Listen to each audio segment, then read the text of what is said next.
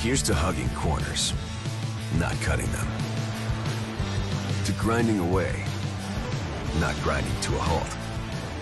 Here's to those who stay true to the old saying, if you want something done right, you do it yourself.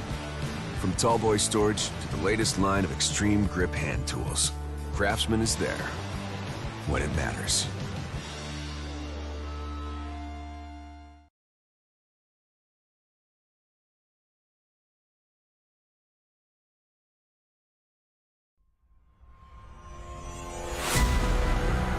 Good morning, good evening, and good afternoon, ladies and gentlemen, boys and girls. We are coming to you from Limaland Motorsports Park for round number 3 of the World of Outlaws Craftsman Sprint Car Series here on iRacing Live, Race Spot TV, and of course Dirt Vision. I am Cameron Walsh. That is Randy Chanel. And in the production, it is Hugo Louis. Randy, round number 3 here of the Sprint Car Series. I have to say that it has been playing second fiddle to the late models, but you never know. Here we've got a very short track here today that's going to be a little bit different than we've been used to. Yeah, it definitely is. We've not seen these sprint cars on this little quarter-mile track yet on Race Spot TV. We've seen the non-wing cars run here, also seen some midgets and whatnot, but never seen the wing cars, and these little quarter-mile bull rings can always put on a pretty special display at these little short tracks. I think we might be in for a good night. And so, of course, if you're just getting with the show, where have you been? We are going to have 4 heats of consolation race, and then, of course, the feature, which will be a 30-lap feature we have on the docket. So, of course, we've got the whole cast and crew here available. It's probably some 20-25 cars off the easy. Looking at the championship standings right now, Tim Ryan on his victory 2-3 weeks ago now with 127 points. Howard Weaver not that far behind, and Alex Bergeron still right there as well. You get a little distant, you get Cameron Dance, Ryan Pace, Ricky Port, and Adam Ellie, and the list goes on and on. And Randy, I have to say, the Sprint Car Series, the point standings are very, very tight. However, the racing is something that, well, I think we're all just going to have to kind of hold our breath and fingers crossed, simply because, you know, the late model cars, they've been managing to put on a great show. These sprint cars, we've been waiting for a very good dance. Hopefully we can get one here at Limaland. Yeah, let's hope we can get a good one indeed. But like you said about the point standings, we're already seeing those who can be consistent starting to stretch out here. You look at those names: Tim Ryan, Howard Weaver, Alex Bergeron at the top of the championship standings. Those guys have pretty much been at the top of the board all season long. Tim's led laps. Howard's not finished, I think, out of the top 7 across 4 races in all these World Championship Series. Alex has won a couple rounds and been there, been close, and Cam Dance been there as well. But it's really those 3 names, I think, that have stood out over the entire group of Dirt World Championship level drivers in these World of Outlaw Craftsman Championship Series events. Yeah, and so we are getting ready here for heat number 1. Let's get ready to rumble here in Ohio.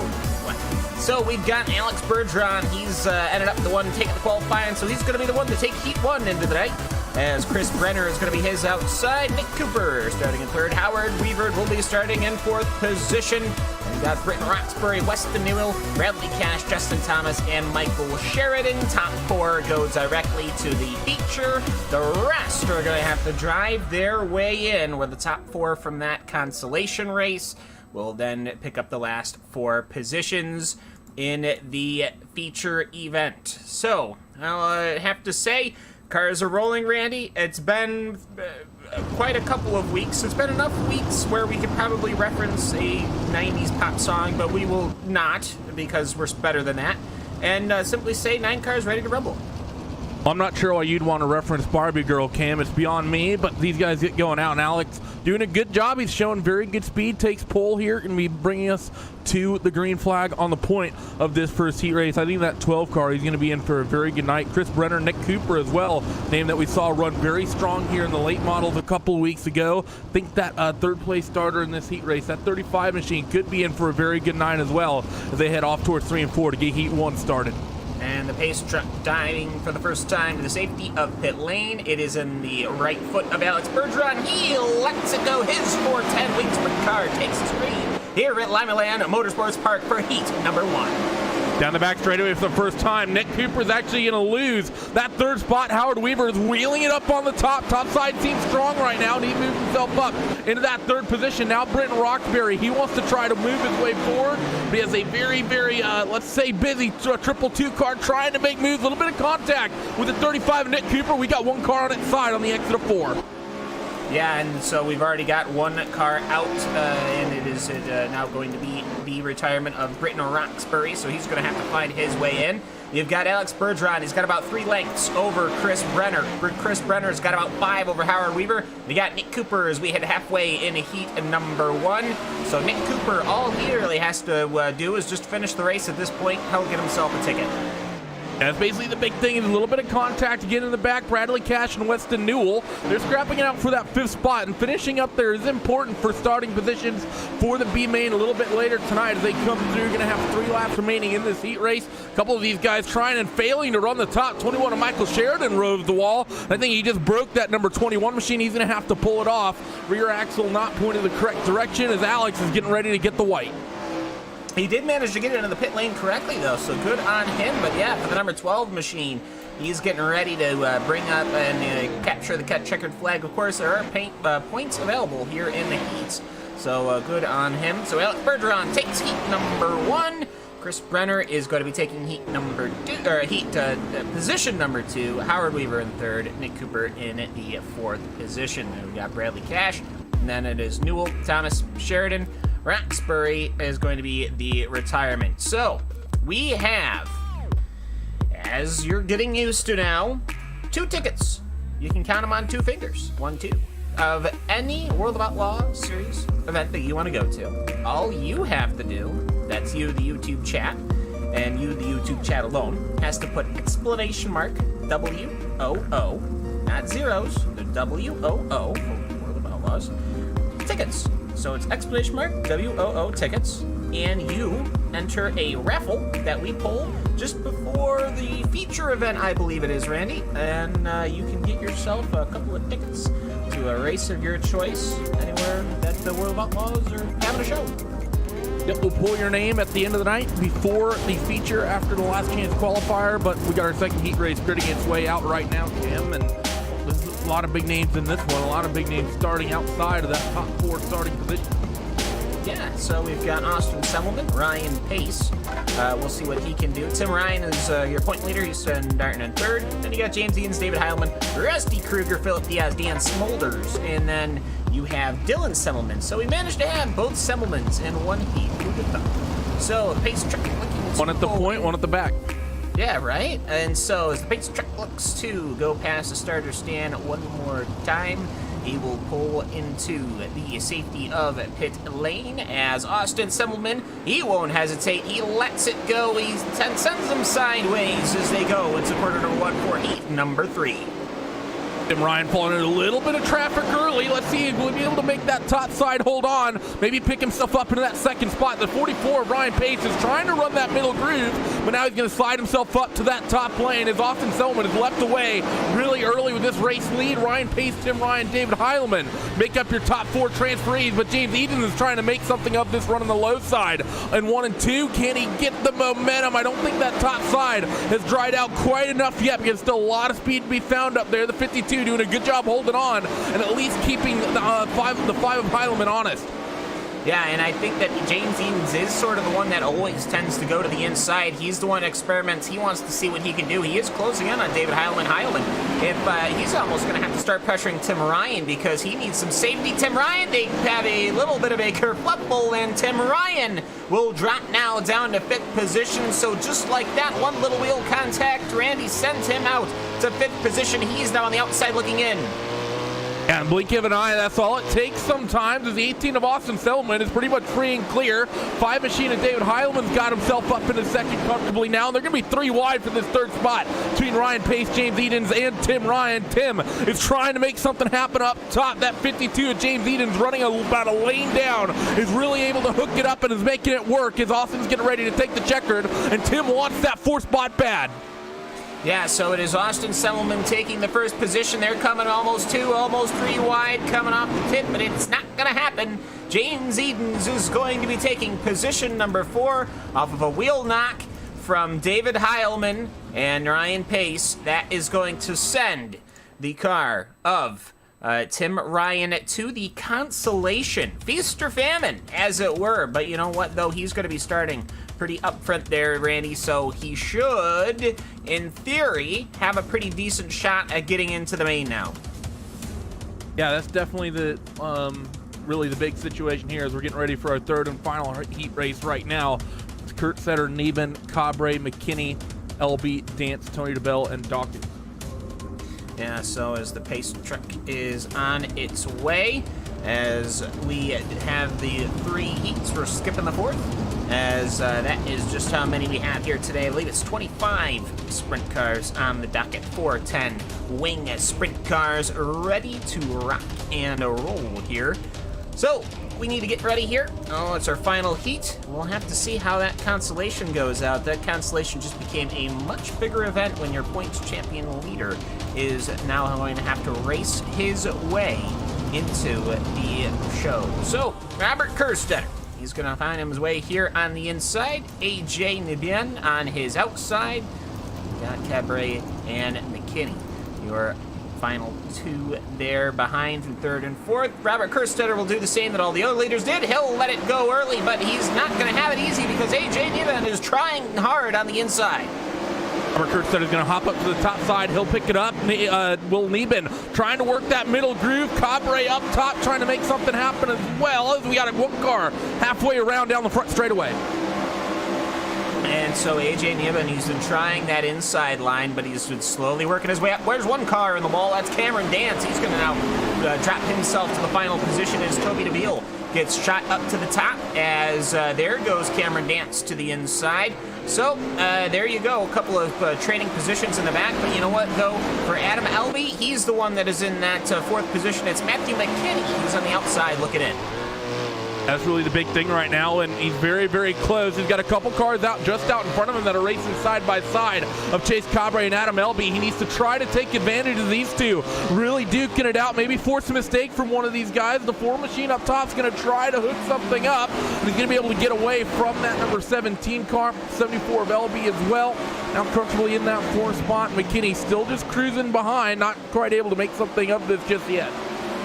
Yeah, and I do believe they do have a fight going on for the 3rd and 4th position. That's not what you like to see. AJ Neben is on the inside, Adam Elby's on the outside. If one of these guys touch or push each other wide, I'm sure Matthew McKinney is going to be happy about that one, as I do see Adam Elby kind of ride that outside wall, but it is going to be Robert Kerstetter taking him down the backstretch one last time. Chase Cabre is going to be pulling to the inside, but he's not going to be able to get the overshoot. Robert Kerstetter going to take heat number 3. So and it's going to be Robert Kerstetter, Chase Cabre, Adam Elby, AJ Nibben, Matthew McKinney, Toby DeBeal, Cameron Dance, and then Jesse Dacus. We now have our consolation run ready to go. We're going to have a 15-lap run. Should be 4 cars going to the feature, and we will see what they do. So, Randy, we've had some pretty decent heats. The big thing, though, since it's a quarter-mile track, the track is quite a bit more worn in than what we would see at a normal race track. It's not much worse because after all, the lap counts haven't changed. It's just a smaller circuit. But yeah, the track's looking really different. There's been some changes in the build, changes to the cushion, as well as to the track drying out a bit more, trying to get more different groove racing coming in. So I think for that reason, we're starting to see the track really kind of, I don't want to say become bottom dominant, but I think that top side is getting harder and harder to run. I think a lot of people got used to autopiling that top groove on the last build, and we've seen a few cars go up there and bicycle it on the left side tires. Yeah, and I mean, it is a shorter racetrack. It is a bit more of a bowl, so perhaps they're also just trying to get themselves up a little bit to the Eldora line, which isn't going to work here. But either way, consolation grid time. We have Bradley Cash and Tim Ryan. It's going to be your starting 1-2. So, Weston Newell is going to be starting in the 4th position. Matthew McKinney is inside in the 3rd. Philip Diaz, Toby DeBeal, Justin Thomas, Dan Smolders, Cameron Dance, Michael Sheridan.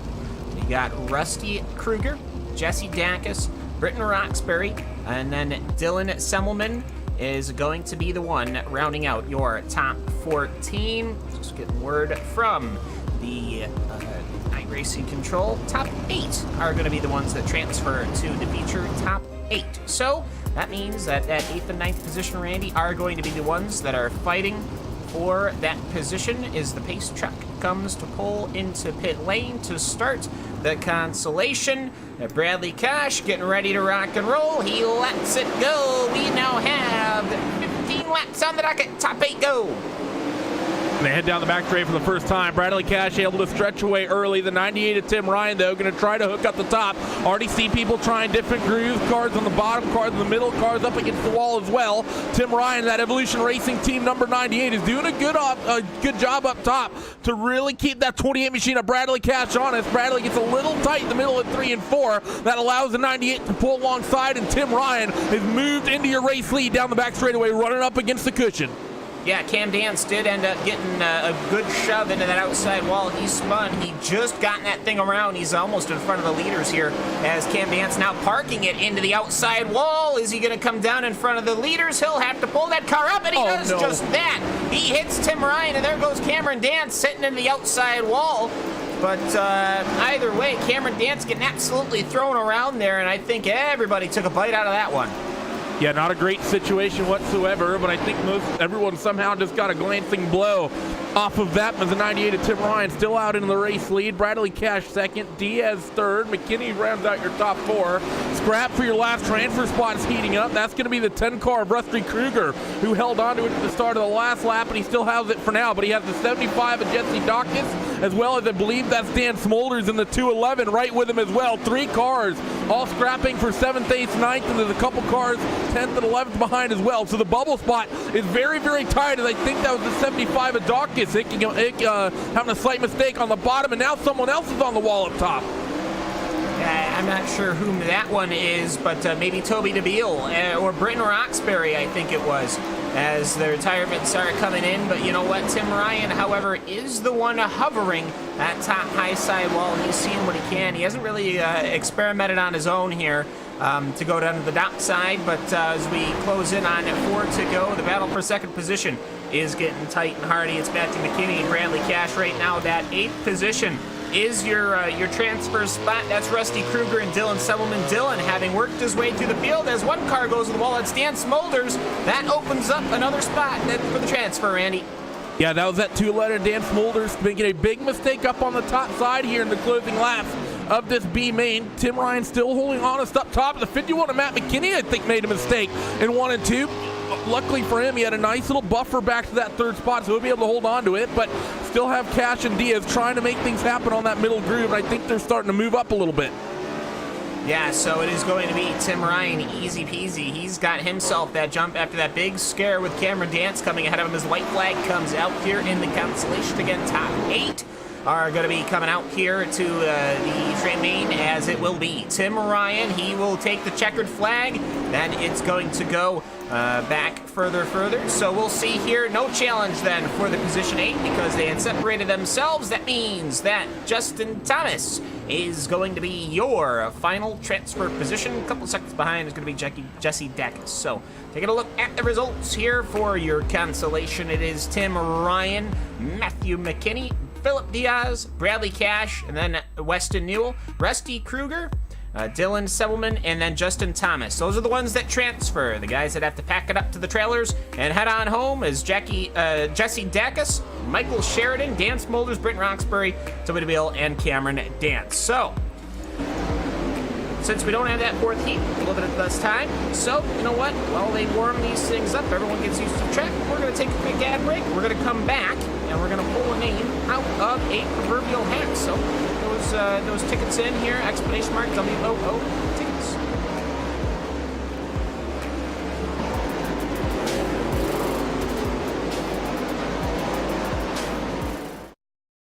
Did you know your DirtVision.com account gives you free access to our on-demand video library? From the DirtVision.com homepage, click on On-Demand Video near the top right of the screen. And from there, countless hours of World of Outlaws footage awaits at your fingertips. Watch every lap of the current World of Outlaws Craftsman Sprint Car Series season. Sheldon Hutch looking for a run. Dives low into turn 3. Slide job! Sheldon Hutch shield to the cushion. Johnson turns it back underneath him, but Sheldon leads lap 23. Or dive into some of the historical options with videos in our classics section. He has clear visibility, comes off the 4th turn in the clear, and leads lap number 1. It's all available free and on demand on dirtvision.com.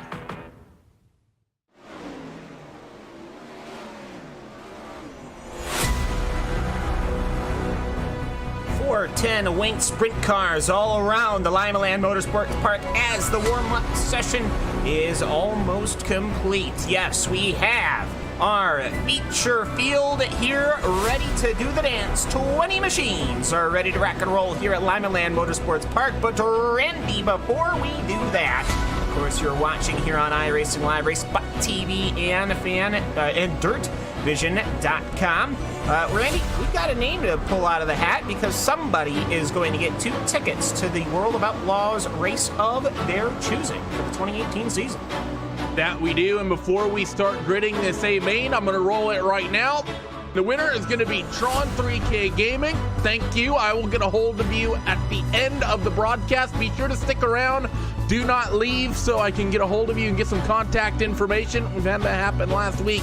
Guy who won kind of sprint away. We couldn't find any information on him anywhere. So be sure to stick around as we get ready for the feature event. 30 laps on the docket here. 20 cars ready to do battle. Yeah, so let's take a look at the starting grid. And it will be Alex Bergeron leading us off here into the dusk at Limaland Motorsports Park in the great state of Ohio. Austin Selman is going to be starting his outside. Robert Kerstetter will be starting in 3rd position. Then it goes to Chris Brenner in that 70 machine starting in 4th. David Heilman, Chase Cabre, Howard Weaver is going to be starting back in the 7th position. Ryan Pace, Adam Elby, Nick Cooper, James Edens is going to be starting 11th. Then you've got AJ Nieben. Tim Ryan did end up making the race, but he's got a lot of work to do here over the course of the 30 laps. Matthew McKinney, Philip Diaz, Bradley Cash, Weston Newell, Rusty Kruger, Dylan Semmelman, and Justin Thomas, rounding out your 20-car field as the pace track for hopefully the final time, but let's be honest here, maybe not. Is going to pull into the safety of pit lane. Can we get this thing underway without any issues? It is the World of Outlaws Craftsman Sprint Car World Championship Series here on iRacing, coming to you, corner number 1. Through corner number 1, the 2 VLR teammates of Bergeron and Selman don't harass each other too much, but they're 3 wide for that 3rd spot in the 5 machine of Heileman down on the bottom. Chris Brenner and Robert Kurtsetter putting him in a bit of a sandwich. They head off towards 1 and 2, and they fan out into whatever position they're running in. Big gaggle of cars, pretty much most of the field, at least 2 by 2. Yeah, so they managed to keep it clean so far, though the battle right now for 4th position is quite heading off as Chris Brenner and David Heilman have almost nipped each other now 3 times coming off the exit of the straights because Heilman is on the inside. Now it's Chase Cabre. Cabre is working his way on the outside the high line. Still the fast one, the inside line, is really holding people up here, and that's kind of the problem. You start looking back to 10th, 11th position where Tim Ryan is. He is absolutely swarmed with cars, but he should be able to clear 3 wide coming off the exit. 1 car at the wall, and that is going to be the number 3 machine of Dylan Selwyn. That is caution number 1.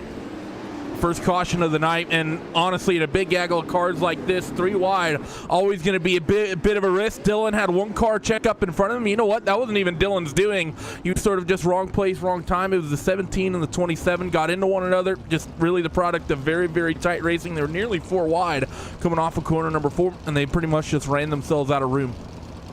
I think Kerstetter ended up getting a bit more grip than he was expecting, so his slide straightened out as Nevin was expecting him that slide to go longer. And yeah, for Dylan Semmelman, you got a feel for him. Absolutely nothing to do with that, just wrong place, wrong time. But you know what? Short track racing, that's what's going to happen. So we are behind the pace car, pace truck, pace vehicle, I don't want to call it. For the first time today, the lights are out on it, however, which means that hopefully we can get ourselves back to green flag racing. We've had 8 laps, it'll be 9 by the time we tick.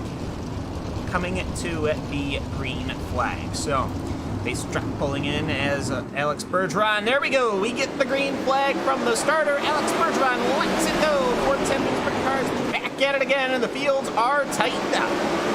You guys doing a good job here. You see multiple grooves already coming in, getting used by some people. Got one car about with a half spin.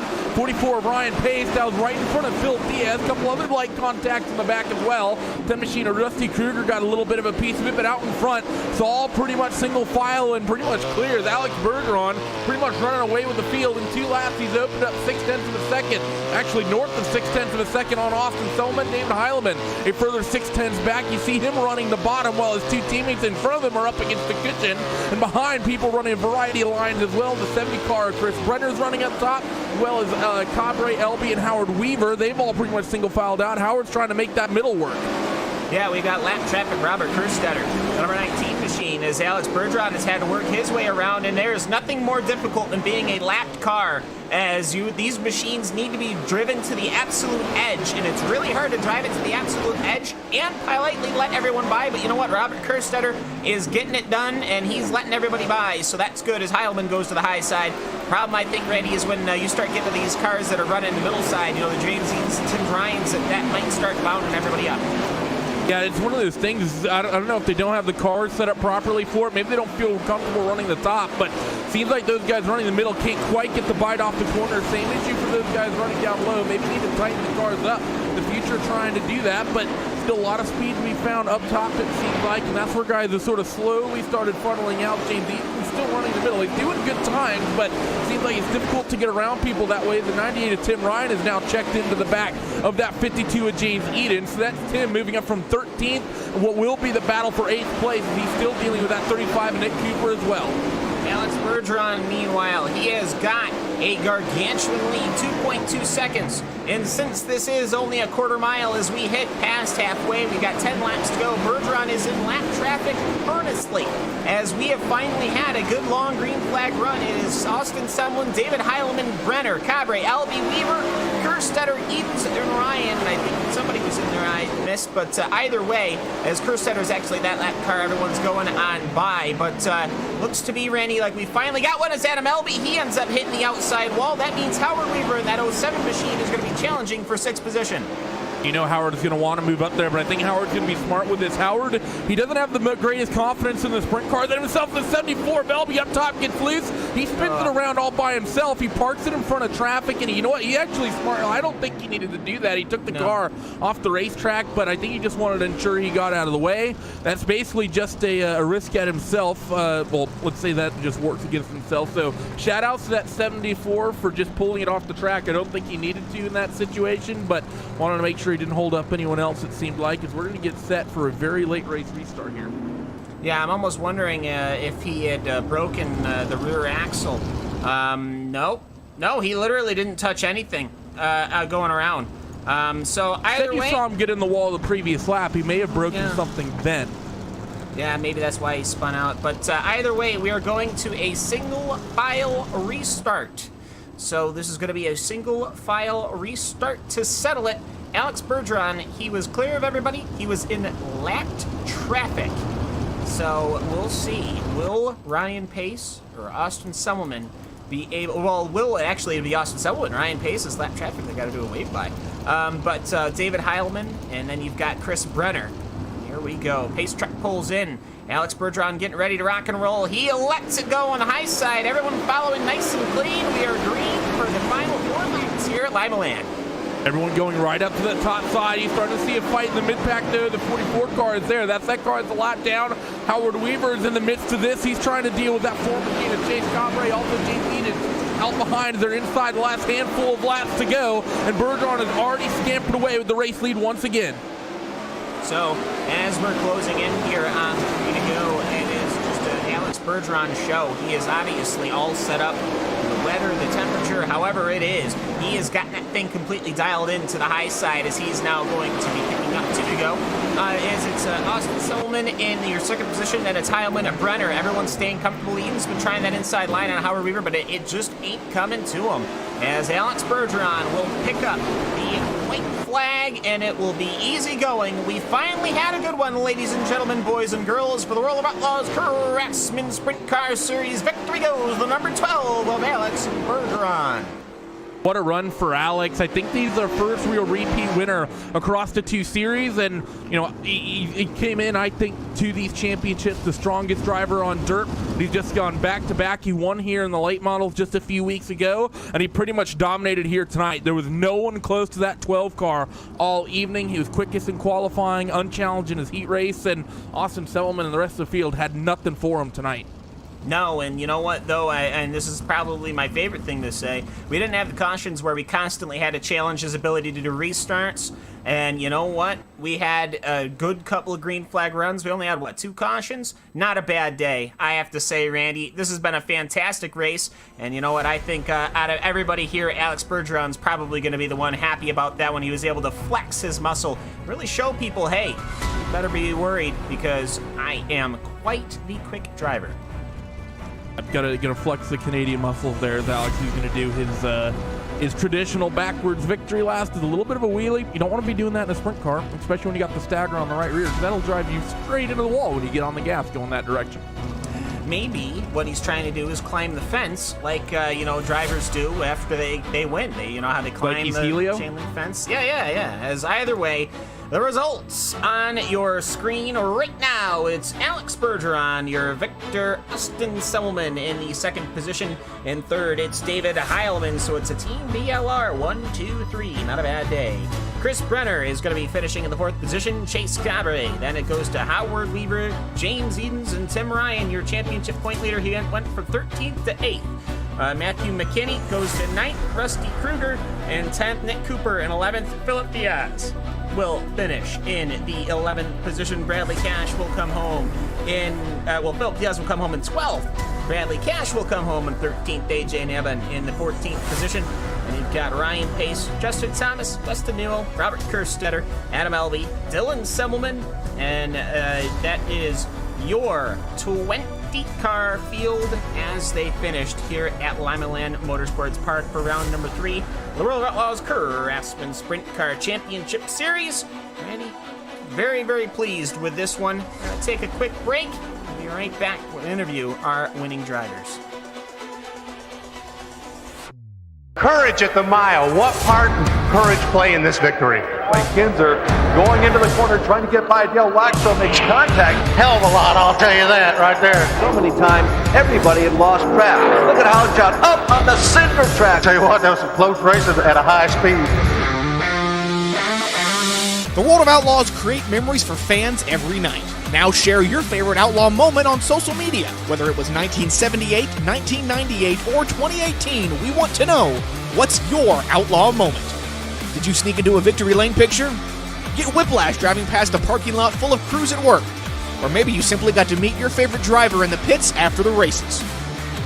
Tweet it, Instagram it, just use the hashtag #MyOutlawMoment. You might even hear Voice of the Outlaws Johnny Gibson share your memory at the track. Don't delay, start posting today. Let us know with My Outlaw Moment.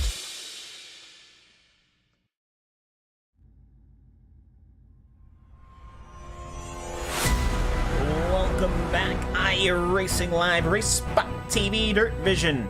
Of course, we are here at Limaland Motorsports Park. The engines are chilled now. The 410s have run their course. 3 heats, 1 consolation, and then a 7-minute feature for 30 laps around the Limaland Motorsports Park, and that brings us our race winner. That is the number 12 of Alex Bergeron, victor here at Limaland. Nobody had anything for you there as you absolutely demolished the field today. Yeah, I didn't expect that, but we're quite fast in the late models, so I guess it's one of my tracks. So yeah, we kind of being up front all night, so that was quite something. Yeah, and you know, I mean, Team VLR 1, 2, 3, not a bad day at all. Just seemed you were really hooked up on that outside. Did you basically build the setup for it, or is that just where you were comfortable? Yeah, that's pretty much where I was comfortable. All my teammates last night, me and Austin basically worked on the setup, and we make it happen. So that was quite a good car, and you know, thanks to Austin for a good car night, and all Team VLR guys. And yeah, the top line was quite fast, and I was trying not hit the wall and not crash myself out of the race while leading. And Yeah, I'm quite happy with the result tonight. Yeah, most definitely. And the result is as a result of only having 2 cautions, a lot of green flag run, and hopefully that's something that we can see quite a bit more of, Alex. I think maybe the competition won't be so happy about that, simply due to the fact that you've got such speed. But you know what, though? You were quick here. Tim Ryan was quick a couple weeks ago. Looks like we're going to get ourselves a good running here for the championship lead. Yeah, I try to get a perfect night to get myself up in the championship lead and try to get myself an advantage a little bit for the next couple of races, and hopefully in the next race we're going to get a result like this tonight. All right, Alex Bergeron, the floor is yours. Anyone you would like to say hello to? Any sponsors you would like to thank? And, well, the floor is yours. Yeah, well, definitely all the guys at Team VLR, Austin for a good car again, and their collective, racingdude.com, my rank, their car racing, Ultimate Dirt TV, Flag Northville, and BK Designs for my awesome paint scheme. Thanks to you, Bob. And World of Outlaws for putting this on, and iRacing, and you guys for doing an awesome job all the time on broadcasting these races. Of course. So that's your feature winner, Alex Bergeron, the number 12 machine. Alex, congratulations. And Randy, you are going to be assigned the number 18 machine of Austin Semmelman, and you are with him. Yep, I'm stood by with that driver, that 18 car. Austin, I know you guys at Team VLR, a lot of work would have gone into this thing. What did Alex find that allowed him to be so much quicker over you? Because he just seemed to be on another level of the entire group tonight.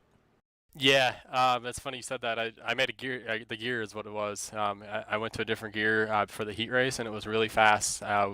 Really fast, actually. I think I looked at our time. Mine was a little bit quicker, maybe, than him in the heat. It was close, but when it was tacky, the gear that I ran was really good. I didn't think it would get as slick as it did, and I just left it alone, and that's kind of what it was. But he was really fast. He hit his marks and never screwed up. So he did a great job. I'm happy to get a podium for VLR here.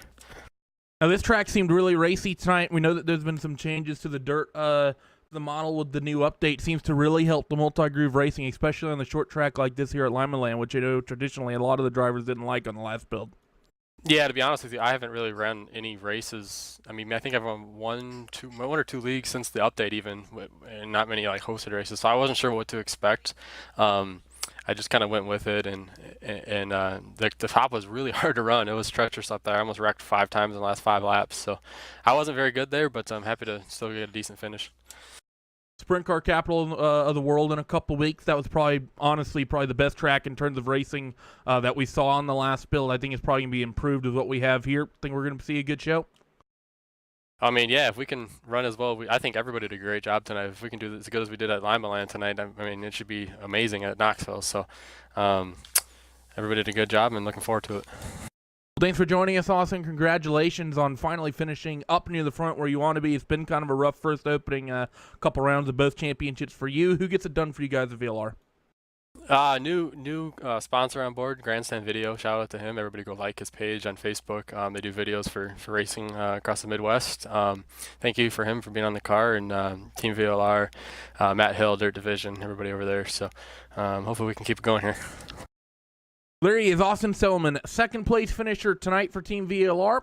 3 round sweeping the top 3 and 4 of the top 6. So they're going to be happy with that. As Cam has stood by with our final interviewee of the night, keeping it up with the VLR theme at number 5 at David Heileman. David Heilman, yeah, so there you go, a VLR 1, 2, 3. But I will say, David, first question, how come you're the slowest of the 3? Oh, Howard was behind me. Oh, well, in 3 out of the 3 top finishers, I mean, of course, not for VLR. Hey, at this point, I'm used to finishing behind Alex so much, it doesn't even bother me anymore. So the track really was quick up top, but it seemed like a lot of cars had some trouble gripping that top side. You try the middle at all, or were you comfortable out there? It seems to me, you know, it was really one of those tracks where the outside was king, but, you know, if you were good on the inside, you could at least hold your position. What did you feel out there? Yeah, all week I was just kind of looking for something that was comfortable, but it seemed like every track I was on, it was a little bit different. And, you know, the first 5 or 10 laps, because I started on the inside, I was pinging it down there. And then I was lucky to be able to get up into 4th, and then I was just cruising the top side, and a caution came out, and I was restarted on the outside, so I was able to get around Chris to get to third, and then I was just, Alex was gone. I was just trying to stay behind Austin and not hit the wall, and just kind of getting a rhythm and took laps off. Yeah, and I mean, the whole of the day is pretty all right. You started in 5th in your heat and ended up finishing in the transfer position. Now you managed to come home in the top 3 here in the feature race. So we're heading over to Knoxville next time. Of course, the sprint car capital of the world. We finally got a good green flag run. Are we going to continue that theme, David? Yeah, Knoxville, at least pre this update, was really good, really racy, especially once it gets to the top, it allows other lines to come in. So it's just going to be about how quickly that middle slicks off, and the grooves will open up from there. All right. Anyone you'd like to thank before we let you go? Just thank the guys at Team VLR again. Another great performance. I hope Randy, we've proved to Randy that we're showing up to this championship. I know after the first week he was a little bit throwing some shade at us, but we got 3 in the top 5 in the late models, top 3 here in the podium. You know. Yeah, I'm gonna say it's at least a good run from you here. We'll see how you run at Knoxville, but yeah, either way, thanks very much for hopping in the booth with us. We appreciate it so very much, and go enjoy your celebration with the teammates. So, Randy, with that, we've had what we wish we could normally see on a weekly basis, but you know what? Maybe they've turned the new leaf. Well, on the schedule, you do see June 25th. We've got Knoxville, and we're going to head to Eldora, so a good couple of weeks ahead. Also, remember, we do sprint cars on one week. We do late models on the next week, so we've got late models next week. So, Randy, I got to say, we had frankly, a really good race here.